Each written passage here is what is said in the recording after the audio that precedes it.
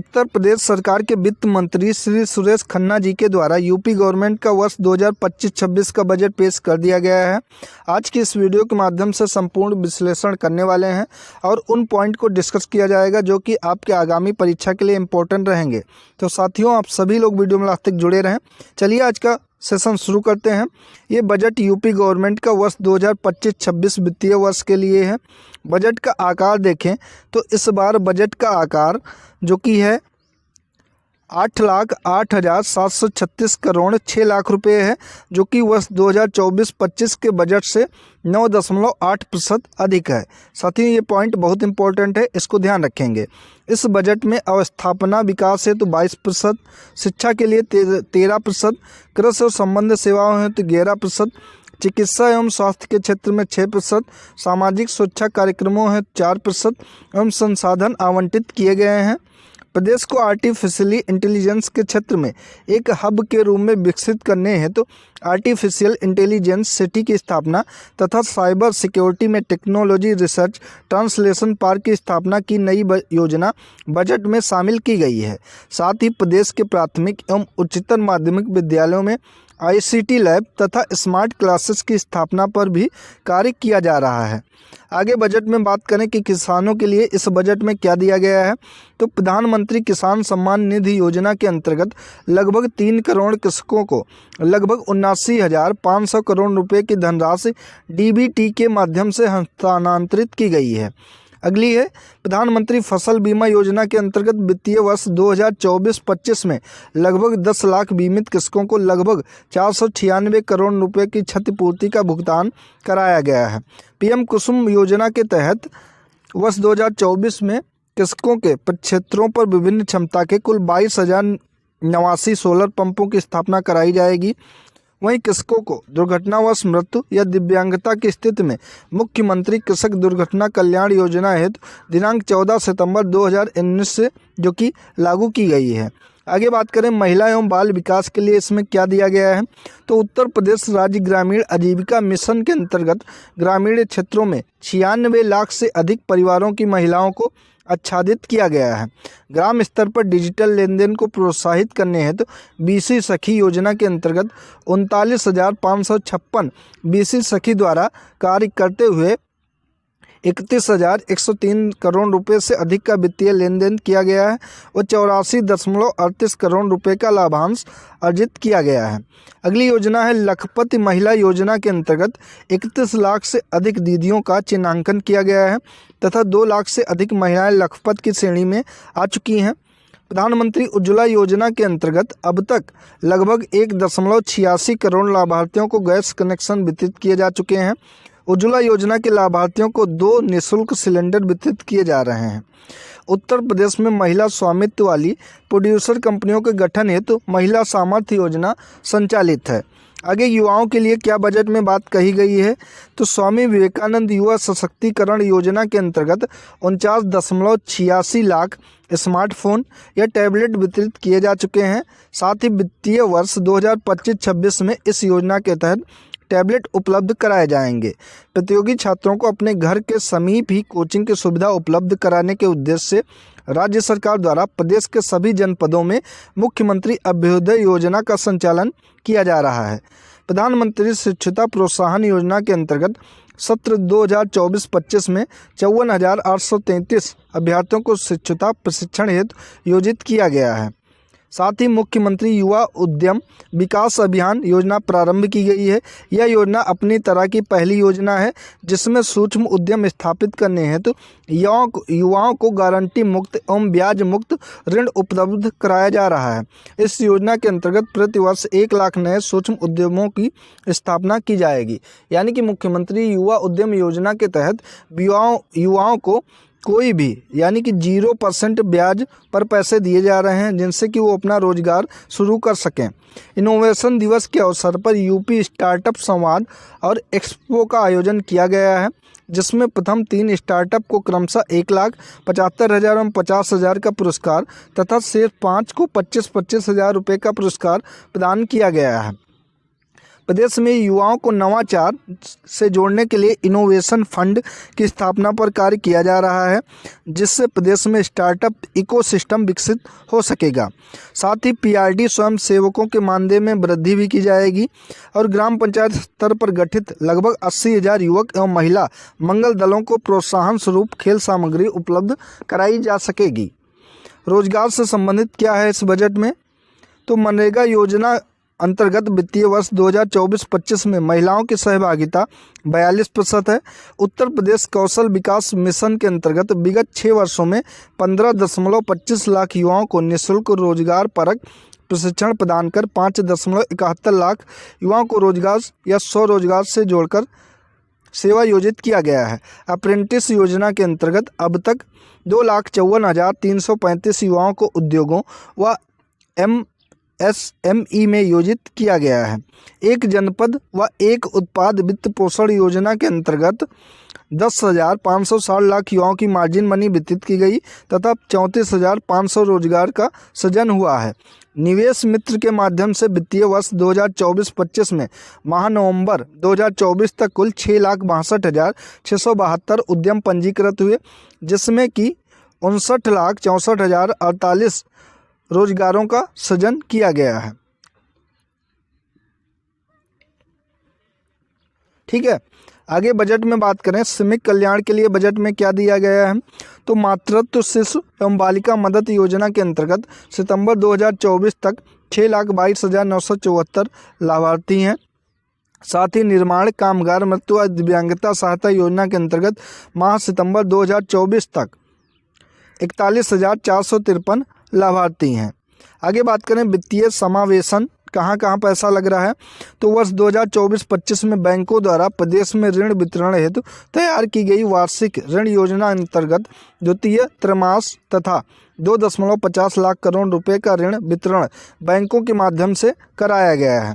वर्तमान में प्रदेश में बैंकों की 20,416 शाखाएं, जिनमें 4,932 बैंक मित्र एवं BC सखी तथा 18,747 ATM सहित कुल 4,40,095 बैंकिंग केंद्रों के माध्यम से बैंकिंग सुविधाएं उपलब्ध कराई जा रही हैं।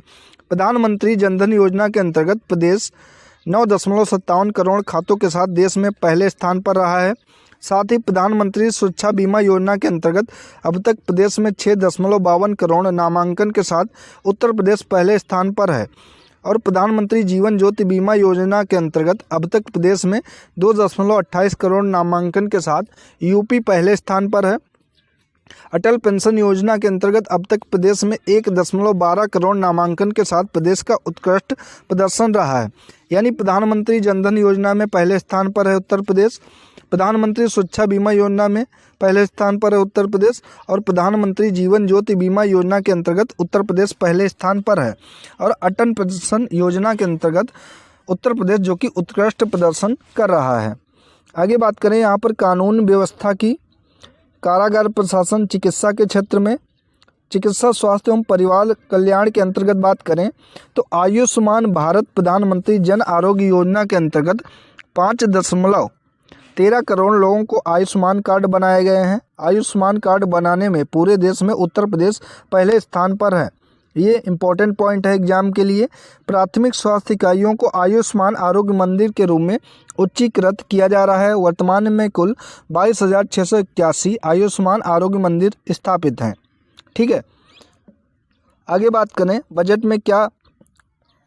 तो बजट में अवस्थापना एवं औद्योगिक विकास के लिए क्या किया गया है।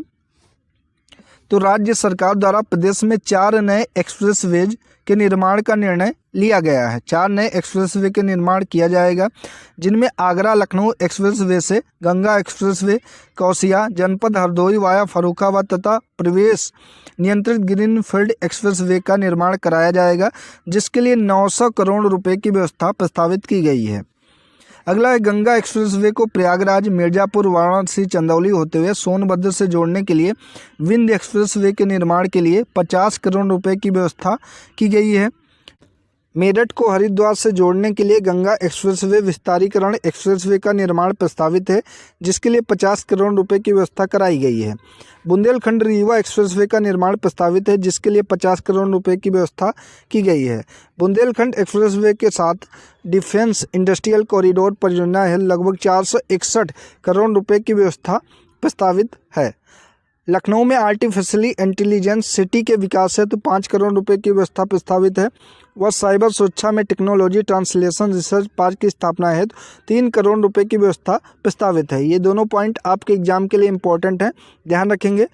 आगे बात करें सूक्ष्म लघु एवं मध्यम उद्यम के लिए क्या दिया गया है, तो मुख्यमंत्री युवा स्वरोजगार योजना हेतु 225 करोड़ रुपए की व्यवस्था प्रस्तावित है। हथकरघा एवं वस्त्रोद्योग के लिए तो पीएम मित्र योजना के अंतर्गत टेक्सटाइल पार्क की स्थापना से संबंधित व्यय हेतु 300 करोड़ रुपए की व्यवस्था प्रस्तावित की गई है। साथ ही उत्तर प्रदेश वस्त्र गारमेंटिंग पॉलिसी 2022 के क्रियान्वयन हेतु 150 करोड़ रुपए की व्यवस्था कराई गई है। अटल बिहारी वाजपेयी पावरलूम विद्युत फ्लैट रेट योजना हेतु 400 करोड़ रुपए की व्यवस्था प्रस्तावित की गई है। आगे खादी एवं ग्रामोद्योग के लिए किया गया है, जिसके अंतर्गत पंडित दीनदयाल उपाध्याय खादी विपणन विकास सहायता योजना हेतु 32 करोड़ रुपए की व्यवस्था प्रस्तावित है। वह उत्तर प्रदेश माटी कला बोर्ड के संचालन हेतु 11.50 करोड़ रुपए की व्यवस्था प्रस्तावित है। अब आईटी एवं इलेक्ट्रॉनिक के क्षेत्र में क्या क्या किया गया है, तो सेमीकंडक्टर क्षेत्र में वैश्विक निवेशकों को आकर्षित करने के लिए उत्तर प्रदेश सेमीकंडक्टर नीति 2024 प्रख्यापित की गई है। सेमीकंडक्टर इकाइयों के लिए डेडिकेटेड प्रावधान आरंभ करने वाला उत्तर प्रदेश देश का चौथा राज्य है। ये ध्यान रखेंगे, बहुत इंपॉर्टेंट पॉइंट है, देश का चौथा राज्य है, ठीक है। और राज्य में 8 state of art centre of excellence के केंद्रों की स्थापना के अंतर्गत प्रथम सेंटर ऑफ एक्सीलेंस का केंद्र मेडिकल इलेक्ट्रॉनिक के क्षेत्र में Sanjay Gandhi post graduate institute of medical sciences में तथा आईआईटी कानपुर नोएडा परिसर में, आर्टिफिशियली इंटेलिजेंस के क्षेत्र में एवं आईआईटी कानपुर परिसर में ड्रोन सेंटर ऑफ एक्सीलेंस स्थापित होकर परिचालनरत हो गए हैं। ये ध्यान रखेंगे। आगे बजट में बात करें तो सिंचाई एवं जल संसाधन विभाग के लिए क्या क्या दिया गया है, नमामि गंगे एवं जलपूर्ति ग्रामीण जलपूर्ति के लिए तो जल जीवन मिशन के अंतर्गत ग्रामीण पेयजल योजनाओं के लिए सामुदायिक अंशदान हेतु 4500 करोड़ रुपए तथा जल जीवन मिशन योजना के अंतर्गत अनुरक्षण एवं संचालन हेतु करोड़ रुपए की व्यवस्था प्रस्तावित है। साथ ही मुख्यमंत्री लघु सिंचाई योजना के लिए 1100 करोड़ रुपए की व्यवस्था की गई है बजट में। आगे बात करें बजट में तो यहाँ पर प्रदेश की राजधानी लखनऊ के आसपास के क्षेत्र को सम्मिलित करते हुए स्टेट कैपिटल रीजन गठित किए जाने तथा अन्य रीजन्स के रीजनल प्लान तैयार किए जाने हेतु Uttar Pradesh state capital region एवं अन्य रीजन विकास प्राधिकरण अधिनियम 2024 प्रख्यापित है। स्टेट कैपिटल रीजन में 6 जिले शामिल किए जाएंगे। इन जिलों में क्रमशः लखनऊ, हरदोई, सीतापुर, बाराबंकी, रायबरेली तथा उन्नाव शामिल हैं। नगर विकास के लिए अमृत योजना 2.0 के अंतर्गत अब तक लगभग 39 लाख पेयजल कनेक्शन उपलब्ध कराए गए हैं और प्रधानमंत्री आवास योजना शहरी 1.0 हेतु 3150 करोड़ रुपए की व्यवस्था प्रस्तावित है। वह प्रधानमंत्री आवास योजना शहरी 2.0 हेतु लगभग 1732 करोड़ रुपए की व्यवस्था प्रस्तावित की गई है। वर्ष 2021 में प्रारंभ की गई अमृत 2.0 योजना हेतु 4100 करोड़ रुपए की व्यवस्था प्रस्तावित की गई है। सभी पॉइंट बहुत इंपॉर्टेंट हैं आपके एग्जाम के लिए, तो इनको आप अच्छे से रिवाइज कर लीजिए। मुख्यमंत्री green road infrastructure development scheme urban के अंतर्गत 800 करोड़ रुपए की व्यवस्था प्रस्तावित है। वह प्रदेश के शहरों को बाढ़ की समस्या एवं जल भराव से मुक्त हेतु अर्बन फ्लड एवं स्टार्म वाटर ड्रेनेज योजना प्रारंभ की गई है, जिसके लिए 1000 करोड़ रुपए की व्यवस्था प्रस्तावित की गई है। मुख्यमंत्री नगरीय अल्प विकसित मलिन बस्ती विकास योजना हेतु 400 करोड़ रुपए की व्यवस्था प्रस्तावित की गई है। राज्य स्मार्ट सिटी योजना है 400 करोड़ रुपए दिए गए हैं। वह कान्हा गौशाला एवं बेसहारा पशु आश्रय योजना हेतु 450 करोड़ रुपए की व्यवस्था की गई है। नियोजन तो जीरो पॉवर्टी जो कि उत्तर प्रदेश अभियान है तो 250 करोड़ रुपए की व्यवस्था प्रस्तावित है। वह प्रदेश में विकास कार्य हैं त्वरित आर्थिक विकास योजना अंतर्गत लगभग 2400 करोड़ रुपए की व्यवस्था प्रस्तावित की गई है। क्रिटिकल गैप्स योजना है तो लगभग 152 करोड़ रुपए की व्यवस्था की गई है। वहीं ग्राम विकास के लिए महात्मा गांधी नरेगा योजना के अंतर्गत वित्तीय वर्ष 2025-26 हेतु 34 करोड़ मानव दिवस का सृजन किए जाने का लक्ष्य अनुमानित है, जिसके सापेक्ष 5,372 करोड़ रुपए की व्यवस्था की गई है। यानी कि मनरेगा के लिए 5,372 करोड़ रुपए दिए गए हैं, जो कि वर्ष 2025-26 के बजट में। प्रधानमंत्री आवास योजना ग्रामीण के अंतर्गत 36 लाख से अधिक आवासों का निर्माण कराया जा चुका है। योजना है तो लगभग 4,882 करोड़ रुपए की व्यवस्था की गई है। वहीं मुख्यमंत्री आवास योजना ग्रामीण हेतु 1,200 करोड़ रुपए की व्यवस्था प्रस्तावित है। वह प्रधानमंत्री ग्राम सड़क योजना के अंतर्गत निर्मित सड़कों के अनुरक्षण यानी कि देखभाल के लिए उनको 1,088 करोड़ रुपए की व्यवस्था की गई है। दीनदयाल उपाध्याय ग्रामीण कौशल्य योजना है 427 करोड़ रुपए की व्यवस्था अनुमान प्रस्तावित है। पंचायती राज की बात करें तो स्वच्छ भारत मिशन ग्रामीण हेतु 2,045 करोड़ रुपए की बजट में व्यवस्था प्रस्तावित की गई है। वहीं ग्राम पंचायत स्तर पर डिजिटल लाइब्रेरी की स्थापना है तो 454 करोड़ रुपए की व्यवस्था प्रस्तावित की गई है। ग्रामीण अंत्योष्टि स्थलों के लिए विकास के लिए लगभग 244 करोड़ रुपए व्यवस्था प्रस्तावित की गई है। वह मुख्यमंत्री पंचायत प्रोत्साहन पुरस्कार योजना के अंतर्गत 85 करोड़ रुपए की व्यवस्था प्रस्तावित की गई है। प्रदेश की प्रत्येक विधानसभा के ग्रामीण क्षेत्रों में बारात तथा अन्य सामाजिक आयोजनों हेतु उत्सव भवन का निर्माण कराया जाना प्रस्तावित किया गया है। कृषि की बात करें तो प्रदेश में दलहनी एवं तिलहनी फसलों के क्षेत्राच्छादन, उत्पादन एवं उत्पादकता में वृद्धि के उद्देश्य से निःशुल्क मिनी किट वितरण कार्यक्रम संचालित किया जा रहा है। इन दोनों योजनाएं तो 50 करोड़ रुपए की व्यवस्था प्रस्तावित की गई है। प्रदेश को प्रमाणित बीज उत्पादन के क्षेत्र में आत्मनिर्भर बनाने के लिए उत्तर प्रदेश बीज स्वावलंबन नीति 2024 के अंतर्गत प्रदेश में सीड पार्क विकास परियोजना संचालित है, जिसके लिए 251 करोड़ रुपए की व्यवस्था प्रस्तावित की गई है। National mission on natural farming योजना के अंतर्गत प्रदेश के समस्त जनपदों में यानी कि 75 जिलों में प्राकृतिक खेती का कार्यक्रम संचालित किया जाएगा, जिसके लिए 124 करोड़ रुपए की व्यवस्था की गई है। पीएम कुसुम योजना बहुत इंपॉर्टेंट योजना है। इसके अंतर्गत कृषकों के क्षेत्रों पर सोलर पंपों की स्थापना कराई जा रही है, जिसके लिए 509 करोड़ रुपए की व्यवस्था की गई है। साथ ही कृषि क्षेत्र की क्षमता एवं कौशल विकास तथा उत्पादन वृद्धि की योजना के लिए 200 करोड़ रुपए एवं विश्व बैंक सहायतित यूपी ग्रिड परियोजना के लिए 200 करोड़ रुपए की व्यवस्था बजट में की गई है। आगे बात करें बजट में तो यहाँ पर नंद बाबा दुग्ध मिशन के अंतर्गत 203 करोड़ रुपए का प्रावधान कराया जा रहा है। पशुधन के लिए तो छुट्टा गौवंश के रखरखाव हेतु 2,000 करोड़ रुपए का प्रावधान कराया जा रहा है। वृहद गौ संरक्षण केंद्रों की स्थापना के लिए 140 करोड़ रुपए की व्यवस्था कराई जा रही है। मत्स्य उत्पादन के लिए तो प्रधानमंत्री मत्स्य संपदा योजना के अंतर्गत पुरुष लाभार्थियों के लिए 195 करोड़ रुपए तथा महिला लाभार्थियों के लिए 115 करोड़ रुपए की व्यवस्था प्रस्तावित है। वह प्रधानमंत्री मत्स्य संपदा योजना के अंतर्गत एकीकृत एक्वा पार्क मार्केट के निर्माण हेतु 190 करोड़ रुपए की व्यवस्था प्रस्तावित की गई है। पैक्स के माध्यम से कृषकों को कम ब्याज दर पर फसली ऋण वितरण हेतु ब्याज अनुदान के लिए 525 करोड़ रुपए की व्यवस्था की गई है।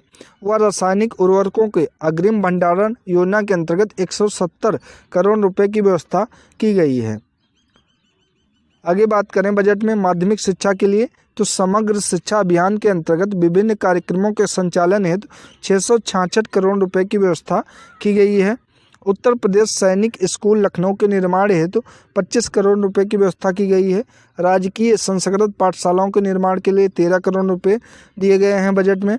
उच्च शिक्षा के लिए प्रधानमंत्री उच्चतर शिक्षा योजना के संचालन हेतु 600 करोड़ रुपए की व्यवस्था की प्रस्तावित है।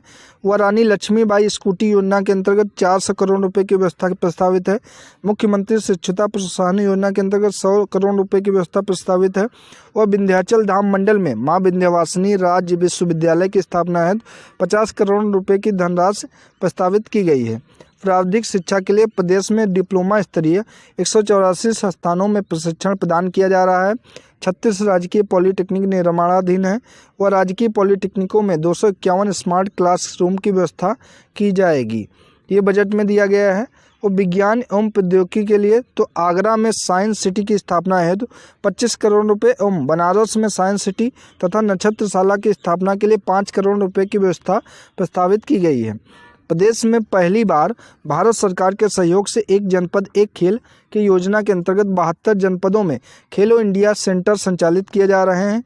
इस वित्तीय वर्ष 2025-26 में शेष 3 जनपदों में प्रशिक्षण के चयन आदि की कार्रवाई प्रस्तावित की जाएगी। धर्मार्थ कार्य के लिए तो श्री बांके बिहारी जी महाराज मंदिर मथुरा वृंदावन कॉरिडोर के निर्माण हेतु भूमि क्रय के लिए 100 करोड़ रुपये तथा निर्माण के लिए 50 करोड़ रुपये का बजट प्रस्तावित किया गया है। पर्यटन के लिए तो वर्ष 2024 में जनवरी से दिसंबर तक उत्तर प्रदेश में कुल 65 करोड़ से अधिक पर्यटक आए, जिनमें विदेशी पर्यटकों की संख्या 14 लाख थी। मुख्यमंत्री पर्यटन स्थलों का विकास के लिए 400 करोड़ रुपये दिए गए हैं। ठीक है। वन एवं वातावरण पर्यावरण के लिए बहुत इम्पोर्टेंट है। तो वर्तमान में प्रदेश में वृक्षादन प्रदेश के भौगोलिक क्षेत्र का 9.96% है। एग्जाम के लिए इम्पोर्टेंट है। वह उत्तर प्रदेश वनावरण व वृक्षाच्छादन में वृद्धि के मामले में पूरे देश में दूसरे स्थान पर है। ठीक है, ये ध्यान रखेंगे पॉइंट। जनपद गोरखपुर में कैंपियर रेंज के अंतर्गत रेड हेडेड गिद्ध संरक्षण एवं प्रजनन केंद्र देश का पहला गिद्ध प्रजनन केंद्र स्थापित किया गया है। वह जनपद गोरखपुर में उत्तर प्रदेश वानिकी एवं औद्योगिकी विश्वविद्यालय की स्थापना किए जाने की नई योजना प्रस्तावित की गई है, जिसके लिए लगभग 50 करोड़ रुपए की व्यवस्था प्रस्तावित की गई है। महिला एवं बाल विकास के लिए तो निराश्रित महिला पेंशन योजना के अंतर्गत पात्र लाभार्थियों को देय पेंशन के भुगतान हेतु 2,980 करोड़ रुपए की व्यवस्था की गई है। वहीं मुख्यमंत्री कन्या सुमंगला योजना के अंतर्गत 700 करोड़ रुपए की व्यवस्था दी गई है। पुष्टाहार कार्यक्रम के अंतर्गत समन्वित बाल विकास परियोजनाओं पर राज्य सरकार द्वारा दिए जाने वाले पोषाहार के लिए लगभग 4,119 करोड़ रुपए की व्यवस्था की गई है। मुख्यमंत्री सक्षम सुपोषण योजना है 100 करोड़ रुपए दिए गए हैं। समाज कल्याण के लिए क्या क्या बजट में किया गया है, तो वृद्धावस्था या किसान पेंशन योजना के अंतर्गत प्रति लाभार्थी 1,000 रुपये प्रति माह पेंशन दी जा रही है। इस हेतु लगभग 8,105 करोड़ रुपए की व्यवस्था प्रस्तावित की गई है। सभी वर्गों की पुत्रियों के विवाह हेतु अनुदान की मुख्यमंत्री सामूहिक विवाह योजना है 550 करोड़ रुपए की व्यवस्था की गई है। अनुसूचित जाति पूर्व दशम एवं दशमोत्तर छात्रवृत्ति योजना हेतु लगभग 968 करोड़ रुपए प्रस्तावित किए गए हैं। वह सामान्य वर्ग पूर्व दशम एवं दशमोत्तर छात्रवृत्ति योजना के अंतर्गत 900 करोड़ रुपए की व्यवस्था प्रस्तावित की गई है।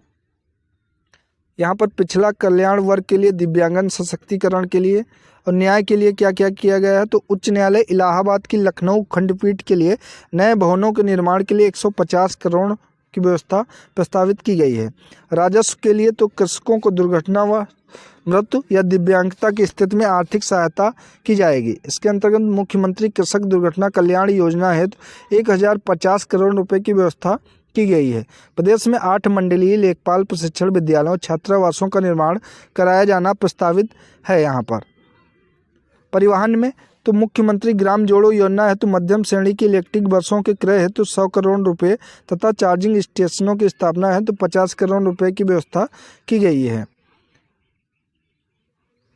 राजकोषीय सेवाएं, तो इसके अंतर्गत देखें तो राज्य वस्तु एवं सेवा कर तथा मूल्य संवर्धित कर, जिसके अंतर्गत राज्य वस्तु एवं सेवा कर तथा मूल्य संवर्धित कर से राजस्व संग्रह का लक्ष्य 1,30,425 करोड़ रुपए निर्धारित किया गया है। आबकारी शुल्क से राजस्व संग्रह का लक्ष्य 63,000 करोड़ रुपए निर्धारित किया गया है। स्टाम्प एवं पंजीकरण से 38,150 करोड़ रुपए निर्धारित किए गए हैं। वाहन कर 14,000 करोड़ रुपए निर्धारित किए गए हैं। वित्तीय वर्ष के बजट अनुमान 2025-26 क्या है, तो प्रस्तुत बजट का आकार 8,08,736 करोड़ 6 लाख रुपए है। बजट में 28,478 करोड़ 34 लाख रुपए जो कि नई योजनाएं इसमें सम्मिलित की गई हैं। प्राप्तियां कितनी हैं, तो कुल प्राप्तियां 7,79,242 करोड़ 65 लाख रुपए अनुमानित हैं, जिसमें कुल प्राप्तियों में 6,62,690 करोड़ 93 लाख की राजस्व प्राप्तियां तथा 1,16,551 करोड़ 72 लाख रुपए की पूंजीगत प्राप्तियां सम्मिलित की गई हैं।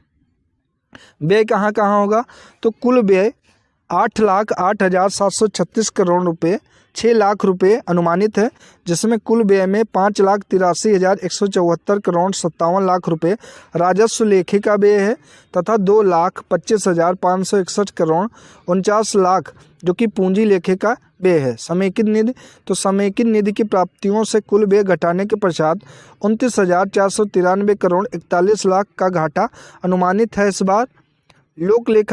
लोक लेखे से 9,500 करोड़ रुपए की शुद्ध प्राप्तियां अनुमानित हैं। समस्त लेन देन का शुद्ध परिणाम क्या है? तो समस्त लेन देन का शुद्ध परिणाम 19,993 करोड़ 41 लाख रुपए ऋणात्मक अनुमानित है। वहीं प्रारंभिक शेष 20,240 करोड़ 81 लाख रुपए को हिसाब में लेते हुए अंतिम शेष 247 करोड़ 40 लाख रुपए अनुमानित किए गए हैं। राजस्व बचत, तो राजस्व बचत 79,516 करोड़ 36 लाख रुपए अनुमानित है। राजकोषीय घाटा, तो राजकोषीय घाटा 91,399 करोड़ 80 लाख रुपए अनुमानित है। जो वर्ष के लिए अनुमानित सकल राज्य घरेलू उत्पाद का 2.97% है। ये इम्पोर्टेंट है पॉइंट, इसको ध्यान रखेंगे। तो साथियों, ये बजट के जो भी इम्पोर्टेंट पॉइंट थे उनको डिस्कस किया गया इस वीडियो में। इसको 1 से 2 बार आप लोग रिवाइज कर लेंगे तो जितने भी इम्पोर्टेंट पॉइंट होंगे वो आपको कवर हो जाएंगे। साथियों, वीडियो अगर आप सभी को अच्छी लगी हो तो वीडियो को लाइक करें, शेयर करें और चैनल को सब्सक्राइब करें। धन्यवाद साथियों।